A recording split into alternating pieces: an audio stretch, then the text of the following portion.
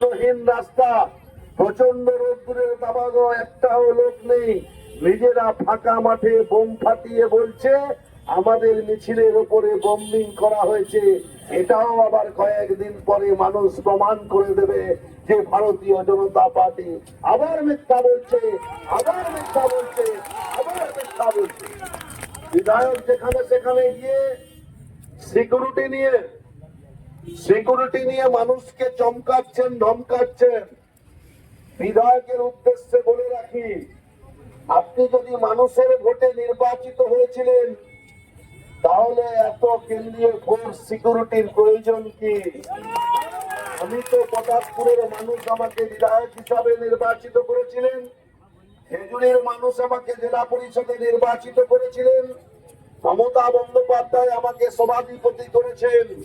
আমি তো কোলাঘাট থেকে দীঘা পর্যন্ত একা ঘুরি, আমার সাথে কোনো সিকিউরিটি নেই। আমার দেহরক্ষী সাধারণ মানুষ, তার কারণ তৃণমূল কংগ্রেসের কর্মী হিসাবে, মমতা বন্দ্যোপাধ্যায়ের সাথী হিসাবে, সঙ্গী হিসাবে মানুষের ক্ষতি করিনি। 365 দিন আর 365 দিন মানুষের পাশে থাকার চেষ্টা করেছি। জনগণই আমাদের সিকিউরিটি, জনগণই আমাদের সুরক্ষা। আর আপনি ভগবানপুরে বাড়ি, ভগবানপুরের বিধায়ক হয়ে সিকিউরিটি নিয়ে ঘোরাফেরা করছেন আর সাধারণ মানুষকে চমকাচ্ছেন। সিকিউরিটির রিভলভার থেকে ওই